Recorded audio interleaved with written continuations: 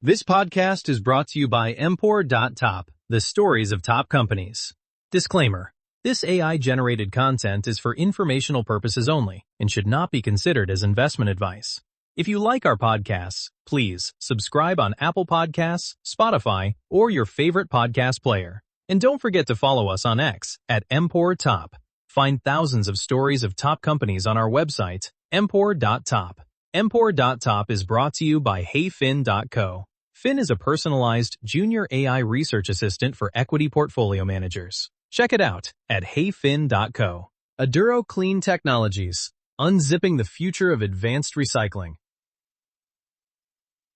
Picture a graveyard of press releases. Between 2020 and 2022, the chemical recycling industry produced some of the most confident slide decks in the history of clean technology. Reactors that would devour the world's plastic waste. Factories that would turn yesterday's shampoo bottles into tomorrow's virgin-grade polymer. Billions of dollars of venture and SPAC capital chased the dream, and for a while the market believed every word. Then the reactors got built, the impurities showed up, the yields disappointed, and the share prices fell 90, 95, 98%.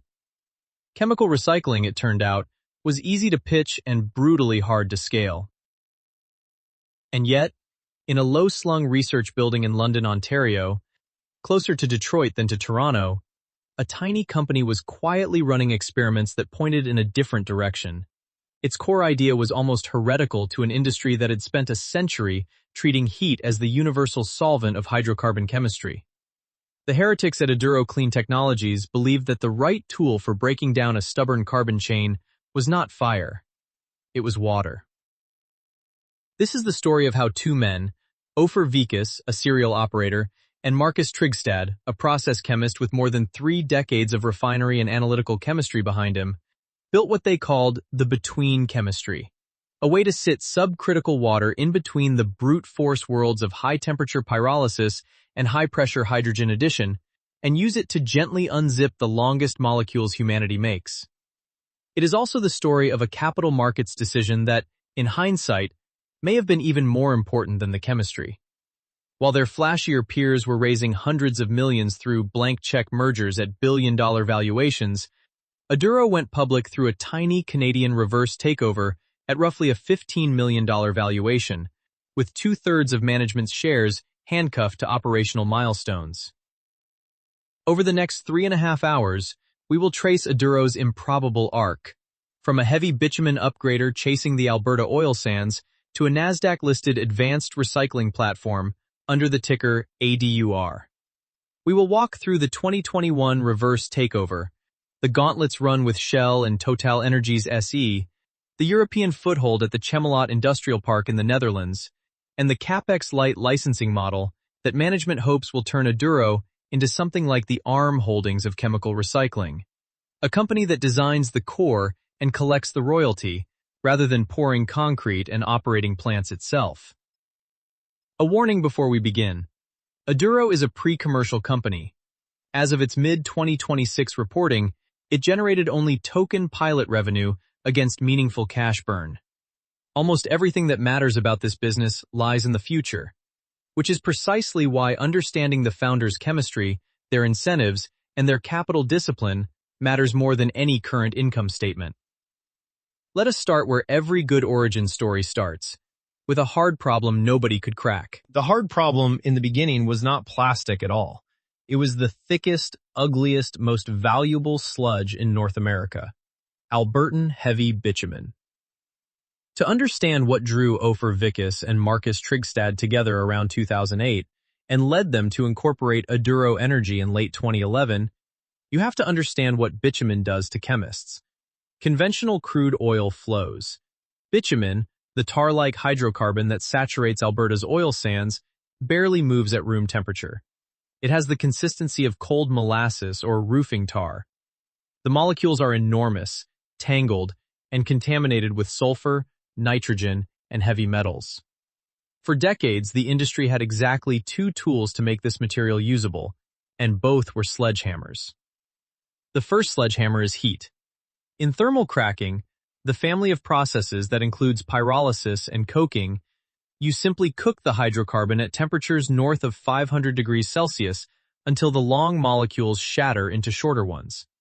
It works, but it is indiscriminate. Cooking that hot produces large quantities of coke and char. Think of the burnt crust at the bottom of a forgotten pan, and a chaotic soup of unstable molecules that have to be cleaned up downstream. The second sledgehammer is hydrogen. In hydroprocessing, you inject molecular hydrogen gas under extreme pressure to cap the broken carbon chains and stabilize them. The chemistry is cleaner, but the hydrogen is brutally expensive, energy-intensive to produce, and itself a major source of carbon emissions.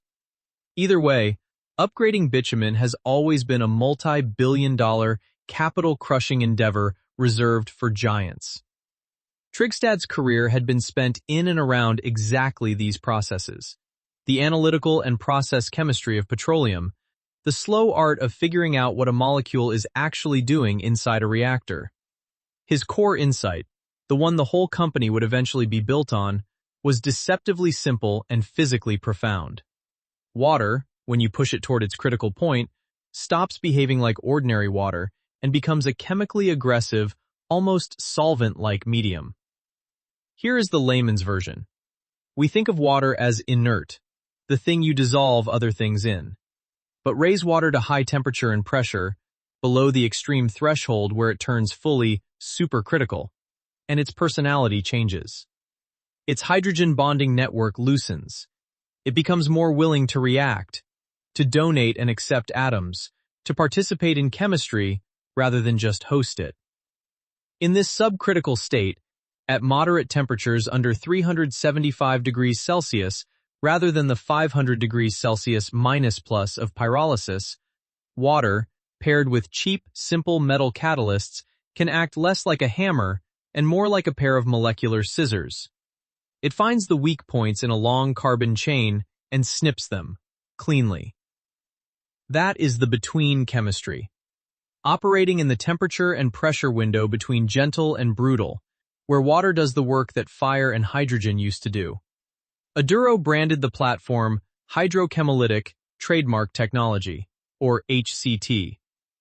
The name is a mouthful, but it encodes the trick. Hydro for water, chemolytic for chemical splitting. There was still one elegant problem to solve. When you snip a long hydrocarbon, you create reactive fragments, molecular loose ends, that desperately want to recombine into tar and coke unless something stabilizes them. The conventional answer is to flood the reaction with that expensive molecular hydrogen. Aduro's answer was its quietest stroke of genius. Instead of piping in costly H2, HCT uses cheap, renewable hydrogen donors, molecules that carry hydrogen and willingly hand it over inside the reactor. Glycerol, the low-value waste byproduct of biodiesel production, is one. Cellulose from agricultural waste is another. The reaction generates hydrogen in situ, exactly where and when it is needed, capping the broken chains cleanly without the company ever having to buy a hydrogen plant. Step back and appreciate the architecture of the idea. Lower temperature than pyrolysis means less energy and less char. No added hydrogen means no enormous capital and carbon burden. Cheap, waste-derived donors mean the stabilizing chemistry is nearly free. On a whiteboard in 2011, it was beautiful. The problem, as the founders were about to discover, was that beautiful chemistry and a fundable business are two very different things, and the bitumen market was about to teach them that lesson the expensive way. For roughly 7 years, from incorporation in 2011 toward the end of the decade, Aduro ran headlong into what we might call the bitumen wall. The wall was not technical. The chemistry kept working in the lab. The wall was financial and structural. Building a bitumen upgrader in Western Canada is not a startup activity. It is a sovereign-scale infrastructure project, the domain of integrated giants like Suncor Energy, and Canadian Natural Resources, CNRL. Companies that measure capital budgets in the billions and timelines in decades. For a lab-stage company with a clever catalyst and a thin balance sheet, the path from a benchtop autoclave to a commercial oil sands installation was effectively unfundable. You cannot ask a venture investor to write a check that only pays off after you have built a refinery unit alongside one of the most conservative industries on Earth. Aduro was starved of the very thing it needed, a market that could absorb its technology in bite-sized, capital-light pieces. Then came the reframing. The kind of lateral leap that, in retrospect, looks obvious and, in the moment, looks like a betrayal of everything you have been building. The founders looked again at the molecules in waste plastic: polyethylene, polypropylene, polystyrene, the workhorses of single-use packaging. And they realized that the long hydrocarbon chains in these polymers are, chemically speaking, cousins of the heavy fractions in bitumen. Same essential problem. Carbon chains too long and too stable to be useful, just arriving from a different direction. If subcritical water and a hydrogen donor could unzip bitumen, there was no fundamental reason they could not unzip a polyethylene bag. The implications were enormous. Plastic waste is not a multi-billion-dollar refinery project. It is a distributed, regulation-driven, almost embarrassingly abundant feedstock that municipalities and waste handlers are often willing to pay you to take away. The economics flip. Instead of competing against Suncor's balance sheet, Aduro could ride a global circular economy mandate, with feedstock that frequently carried a negative cost. The same chemistry pointed at a market that actually wanted a small, modular, licensable solution. So the company pivoted its center of gravity from hydrochemolytic bitumen upgrading, the original HBU vision, toward hydrochemolytic plastic upcycling, internally, the plastics application of the platform.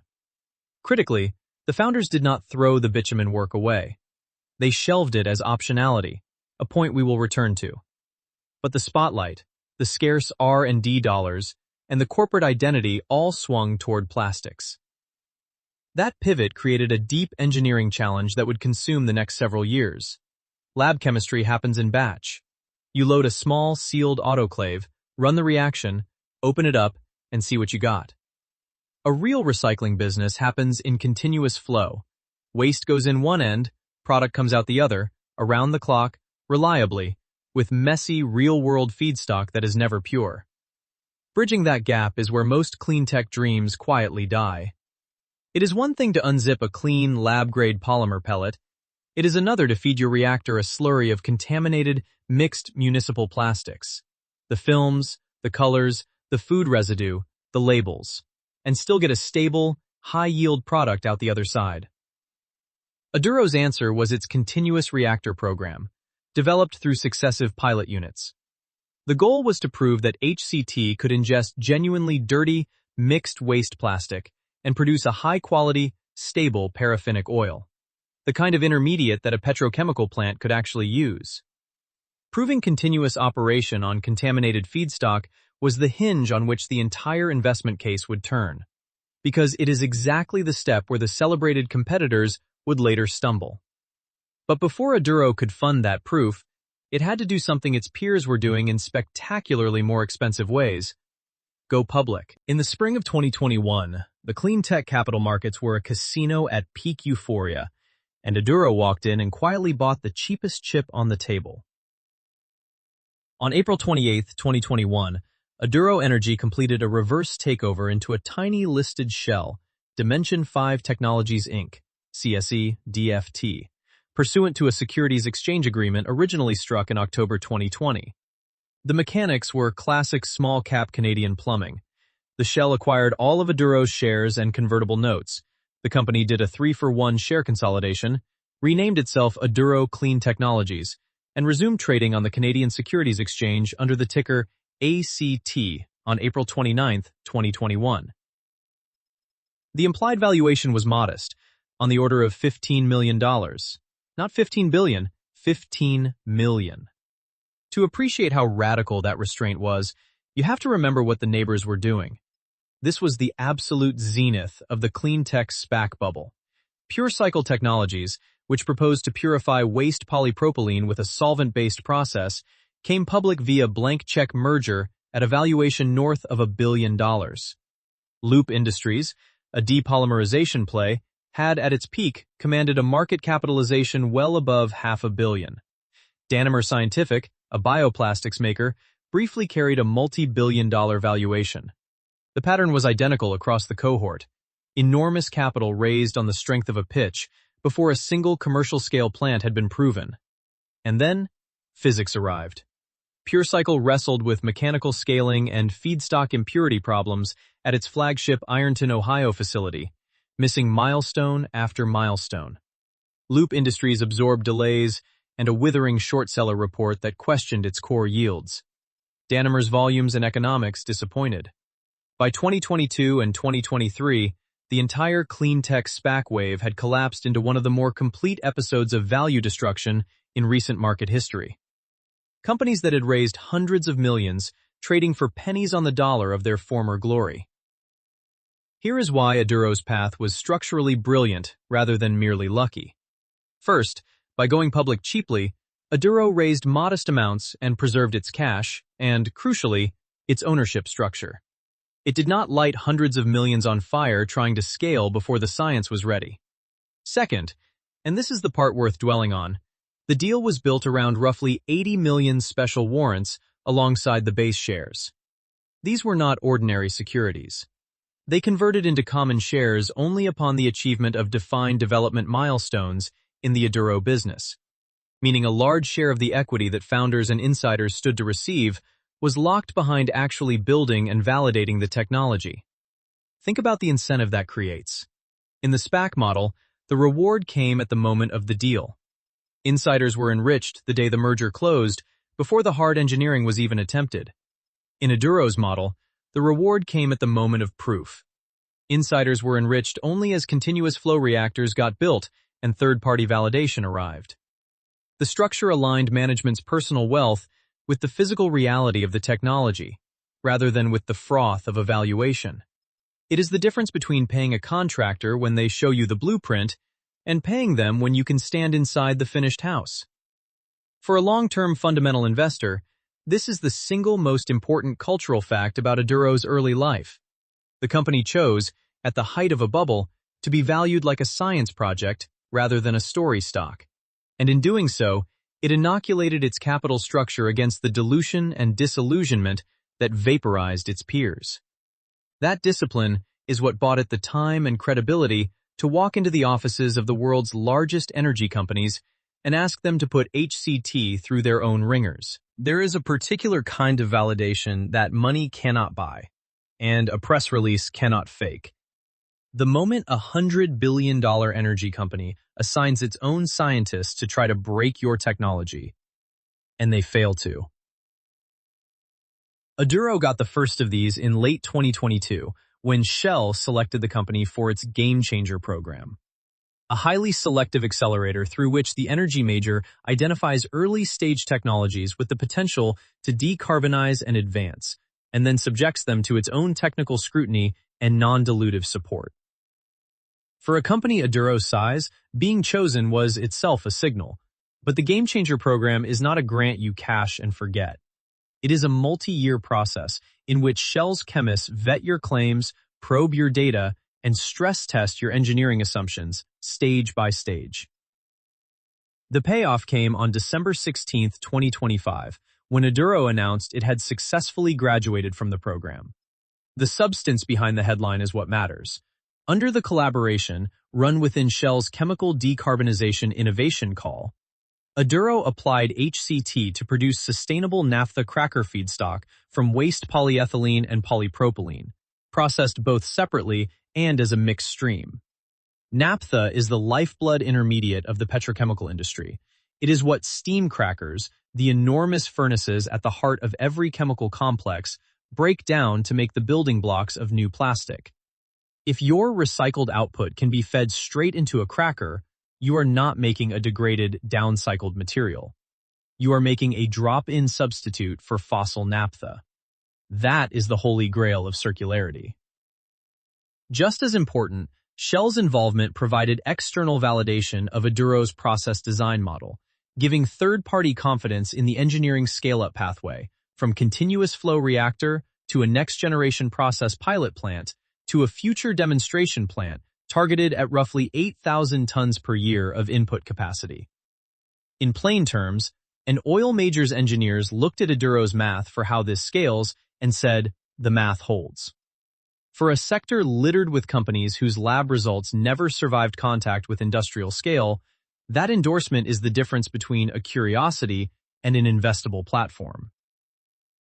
If Shell was the technical audit, TotalEnergies was the torture test. In July 2024, after positive preliminary evaluations, Aduro entered a new formal R&D collaboration phase with TotalEnergies SE. The focus was deliberately nasty. Not clean, sorted plastic, but the most contaminated, difficult-to-recycle material. Waste streams with high concentrations of polyolefins blended with polyurethane, metals, and other challenging contaminants. These are precisely the feedstocks that destroy conventional pyrolysis reactors, fouling catalysts and choking equipment with char. The collaboration's goal was to establish process parameters for managing these variable, hard-to-recycle feedstocks, optimize the process design, and lay the groundwork for a commercial process, with TotalEnergies providing both financial and in-kind support, including access to its technical resources. The strategic prize for Total is concrete.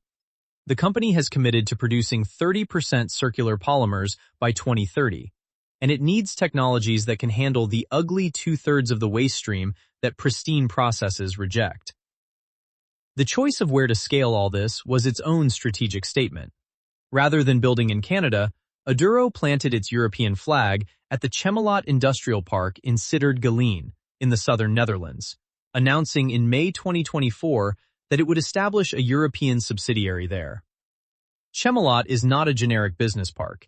It is one of Europe's largest integrated petrochemical clusters, home to steam cracking capacity, shared utilities, and the Brightlands Open Innovation Campus, where Aduro had been active since 2021. Embedding inside that ecosystem put Aduro's reactors within arm's reach of the exact customers, the crackers, that would consume its output, inside the regulatory block that most aggressively mandates circular content. It was the geographic equivalent of opening your store inside your biggest customer's lobby, and it set the stage for the most consequential siting decision the company would make, which we will come to. First, though, we should meet the people steering all this and examine just how much of their own net worth rides on it. Acquired listeners know the pattern. The best founder-led companies are the ones where the people making the decisions would personally feel a catastrophe in their own bank accounts. By that test, Aduro is about as aligned as a public company gets. Start with the chief executive. Ofer Vikas, co-founder and CEO, holds an enormous personal stake in the company he started. A holding reported in the range of roughly 29% to 31% of the common shares, depending on the filing and the moment. Worth, on any given day, the overwhelming majority of his net worth. This is not a hired gun CEO with a sliver of options and a golden parachute. This is a man whose financial life is the company. He also exercises voting influence beyond his direct holdings through a voting trust arrangement covering additional shares, which has the effect of stabilizing long-term governance and insulating the company from the short-term pressures that can derail a pre-revenue science platform. Whether you view concentrated founder control as a feature or a risk depends on your temperament, but there is no ambiguity about alignment. Vikas does not get rich unless the technology gets commercialized. Beside him is Marcus Trigstad, co-founder and principal scientist. The chemist whose subcritical water insight is the intellectual bedrock of the entire platform. Trigstad holds a meaningful equity position of his own, supplemented by a substantial pool of stock options. The structure of those options is the tell. By sitting much of his compensation in equity-linked instruments, whose value only materializes if the share price appreciates, Aduro ties its chief scientist's payoff directly to scientific milestones, translating into commercial value. The man who controls the catalyst recipes has every reason to keep making them better. The incentive architecture around the broader team reflects the same philosophy of restraint.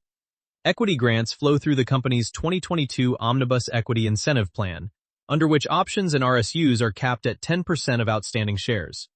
A meaningful guardrail against the silent dilution that erodes so many early-stage shareholders. Cash compensation, meanwhile, has been kept conspicuously lean for a company that now trades on a major U.S. exchange.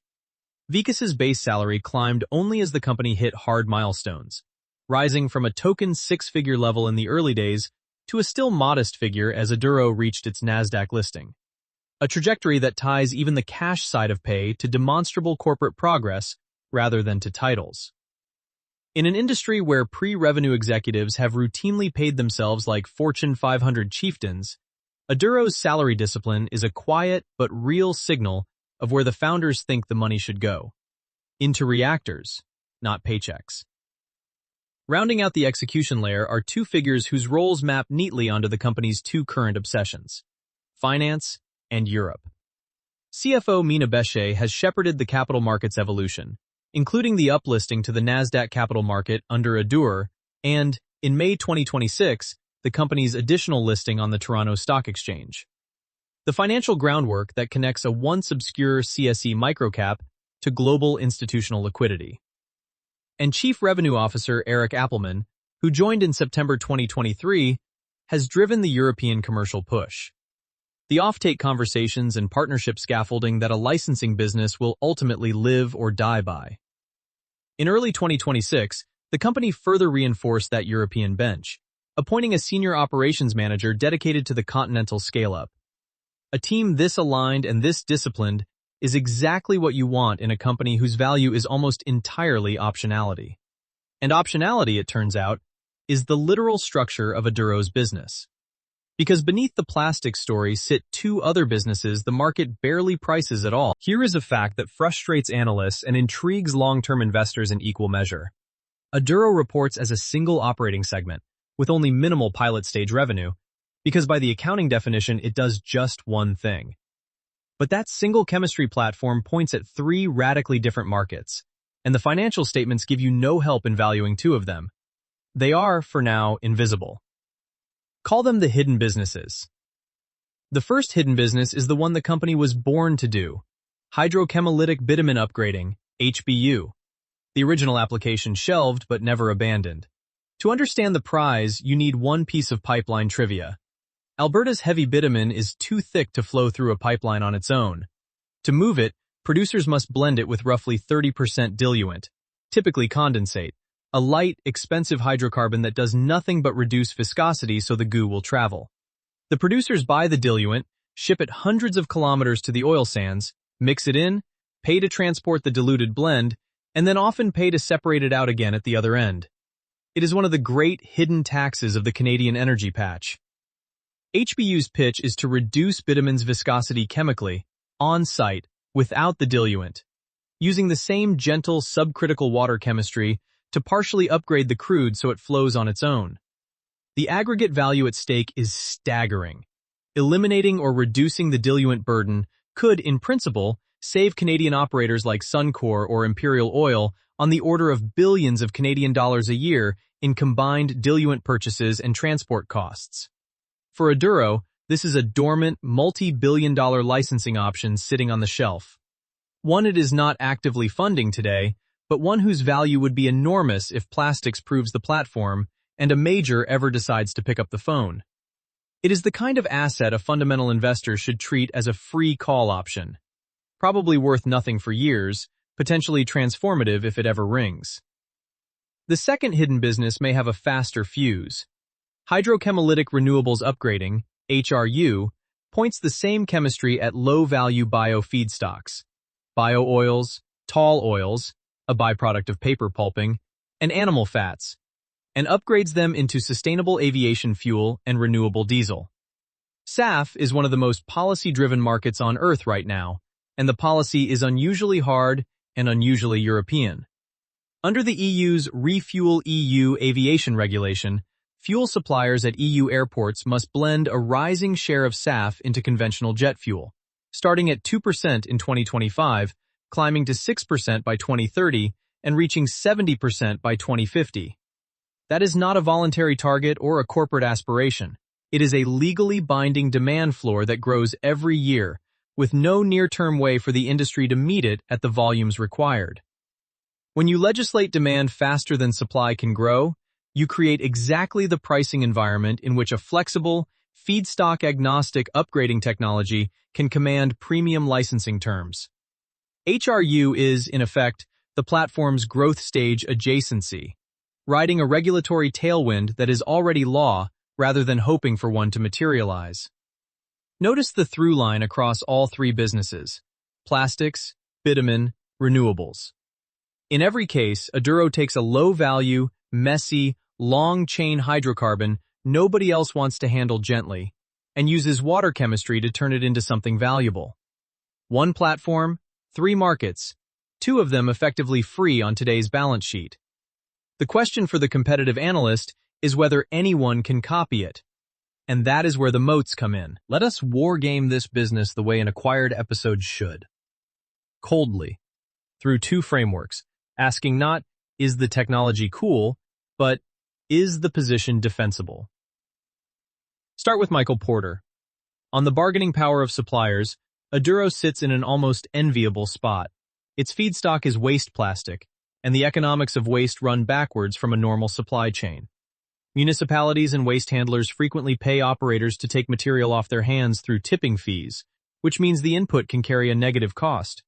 Suppliers of garbage have essentially no pricing power over a company that solves their disposal problem. That is about as favorable as the supply side of an industry ever gets. On the threat of substitutes, the picture is more contested, and honesty requires acknowledging it. The incumbent substitute is conventional pyrolysis, the high-heat approach that the bulk of today's advanced recycling capacity uses. Pyrolysis is real, it is deployed, and it is the default. But it carries the very weaknesses Aduro was designed to avoid. It tends to produce high volumes of toxic char, and a lower-quality pyrolysis oil that needs intensive downstream hydro treatment before a cracker will accept it, especially when the input is contaminated. So substitutes exist, but they are arguably inferior on exactly the dimensions: contamination tolerance and product quality that the regulatory endgame rewards. Rate this a medium threat, not a low one. Pyrolysis has incumbency and installed capital on its side. On the bargaining power of buyers, the customers are some of the most powerful companies in the world. Dow, Shell, BASF, the global petrochemical majors who would be Aduro's off-takers and licensees. In a vacuum, that concentration would be terrifying for a small supplier. But buyer power here is checked by the same regulatory machine driving the SAF market. EU and global circular content mandates are forcing these giants to source recycled feedstock, whether they like it or not. When your customer is legally required to buy what you make, the negotiating table tilts back toward the middle. We will not belabor the remaining two forces. Rivalry is intense across a crowded recycling landscape, and barriers to entry are high given the capital and validation required. But the supplier and buyer dynamics are the ones that genuinely shape Aduro's economics. Now the more interesting lens, Hamilton-Helmer's 7 Powers, which asks not whether a position is good today, but whether it is durable. The primary power, and the most elegant, is counterpositioning. The incumbents in advanced recycling have collectively committed enormous capital, hundreds of millions of dollars, to pyrolysis reactors and the thermal cracking infrastructure around them. That sunk investment is a cage. A pyrolysis operator cannot simply bolt on a subcritical water process. The two approaches are fundamentally different in equipment, conditions, and chemistry. To adopt Aduro's model, an incumbent would have to decommission and write off the very assets it just built and financed. A move that punishes the executives who champion pyrolysis and torches shareholder capital. So the incumbents are structurally disincentivized from copying Aduro even if HCT proves superior. That is counterpositioning in its textbook form. The leaders cannot follow without harming their existing business. The second power is a cornered resource in the form of intellectual property. Aduro holds a portfolio of global patents over the hydrochemolytic platform, and the deepest moat is harder to file than to patent. Trygstad's accumulated know-how about which catalyst combinations, in which subcritical water conditions, actually deliver clean, high-yield results. Recipes like that are notoriously difficult to reverse engineer from the outside. The patents are the visible fence. The tacit chemistry is the part competitors cannot see. The third power is perspective rather than proven. Scale economies flowing from the capex-light licensing model. If Aduro designs and licenses the catalytic reactor cores rather than building and operating plants itself, Then each incremental deployment carries little marginal cost to Aduro while adding a high-margin royalty stream. In theory, margins expand as the install base grows. The ARM Holdings dynamic. The honest caveat. This power does not exist yet. It is an architecture, not an achievement, and it depends entirely on the company reaching commercial scale. Which brings us to the final act and the great open question of the whole story. Every clean tech story eventually arrives at the same cliff edge, the place where the SPAC darlings fell. The leap from a validated pilot to a first commercial-scale plant. Aduro is now standing at that edge, and it has spent the last 18 months methodically assembling a rope. The first piece was access to capital. In November 2024, Aduro uplisted to the NASDAQ capital market under the ticker ADUR, graduating from the obscurity of the Canadian Securities Exchange to the deepest pool of institutional capital in the world. For a company whose entire strategy depends on funding a capital project, an exchange listing that global institutions can actually own is not cosmetic. It is the gateway. The company reinforced that footing in May 2026 by adding a Toronto Stock Exchange listing, broadening its investor base on both sides of the border. The second piece was the money itself. In June 2026, Aduro executed an underwritten public offering, closing on June 11th with the issuance of 1,028,645 common shares at $15.20 each, for gross proceeds of roughly $15.6 million, with Canaccord Genuity acting as sole book-running manager. The pricing announcement the prior day had paired the public offering with a concurrent private placement of up to $717 million, and the company subsequently filed an amended life offering document as the financing wrapped up. The use of proceeds was stated plainly and tellingly. The net proceeds are earmarked for the design, engineering, and construction of a first-of-a-kind demonstration-scale industrial plant, alongside ongoing R&D and general corporate purposes. That FOAK plant is the whole ballgame, and in January 2026, Aduro answered the question of where it would rise.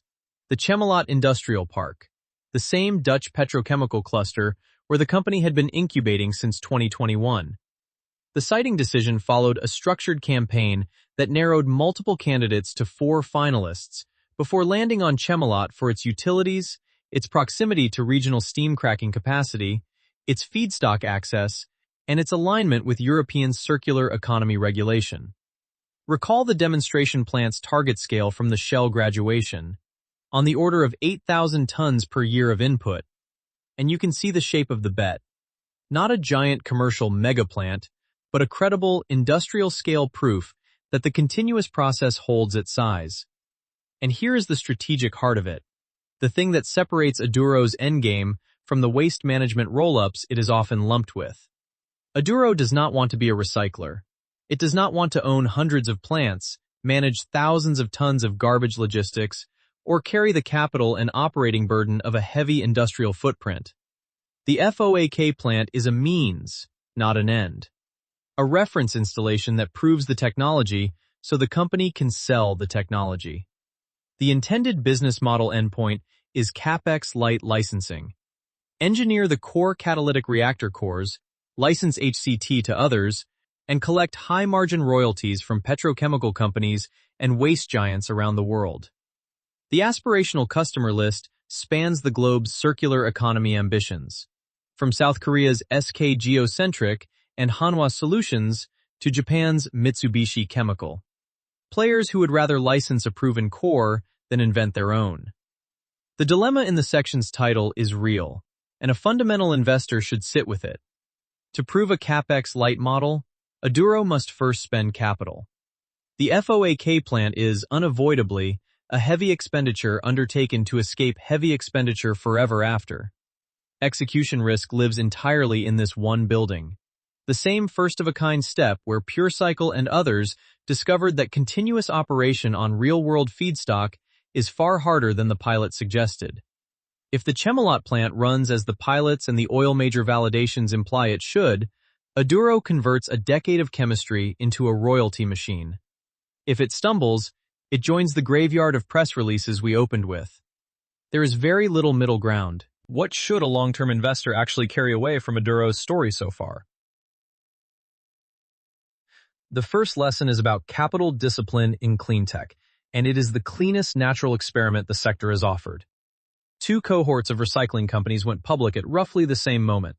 One cohort raised hundreds of millions at billion-dollar valuations through SPACs, paid insiders at the deal rather than at the proof, and was largely destroyed when physics caught up with the slide decks. The other cohort, in this telling, a cohort of one, went public through a tiny reverse takeover at a fraction of the valuation, locked 2/3 of management shares behind operational milestones, and preserved the capital structure that would let it survive long enough to be validated by Shell and TotalEnergies. The lesson is not that RTOs beat SPACs as a matter of mechanics. It is that aligning insider reward with physical proof, rather than with the moment of financing, is the single best predictor of who survives a hype cycle. The second lesson is the engineering one, and it is almost philosophical. Water versus fire. The entire incumbent industry reached for the hammer, extreme heat, or expensive hydrogen under extreme pressure, to break down hydrocarbons. Aduro reached for the scissors, subcritical water and cheap catalysts, operating in the gentle space between the brutal options, with renewable hydrogen donors generating stabilizing hydrogen in place. If that approach scales, it will be a reminder that in mature industries, the biggest breakthroughs often come not from more force, but from a more elegant mechanism that the incumbents are structurally unable to adopt. Which leaves the one thing every Aduro investor must watch, the handful of KPIs that will tell the story before any income statement does. Above all, track the FOAK demonstration plant at Chemelot, its construction progress against budget and timeline, and, once running, its sustained uptime and yield on genuinely contaminated, mixed feedstock. That single metric is the hinge on which counterpositioning, the licensing model, and the entire valuation turn. Secondarily, watch the conversion of the Shell and TotalEnergies relationships, and the broader pipeline into signed, royalty-bearing licensing or offtake agreements. The moment validation becomes revenue. Everything else, including the dormant HBU and HRU optionality, is a call option that only pays off if those two things go right first. The FOAK plant in Chemelot will be the ultimate validation. If the scaling works, if dirty plastic goes in one end and cracker-ready feedstock comes out the other, continuously, at industrial scale, then Aduro's quiet, water-based heresy could become the standard chemical operating system for the circular economy. If it does not, it will be a cautionary footnote about how even the most disciplined capital structure and the most elegant chemistry must, in the end, answer to the reactor. The chemistry has done its talking. Now the steel has to. This podcast is brought to you by Importer.top, the stories of top companies. Disclaimer: this AI-generated content is for informational purposes only and should not be considered as investment advice. If you like our podcasts, please subscribe on Apple Podcasts, Spotify, or your favorite podcast player. And don't forget to follow us on X at Importer.top. Find thousands of stories of top companies on our website, Importer.top. Importer.top is brought to you by HeyFin.co. Fin is a personalized junior AI research assistant for equity portfolio managers. Check it out at HeyFin.co.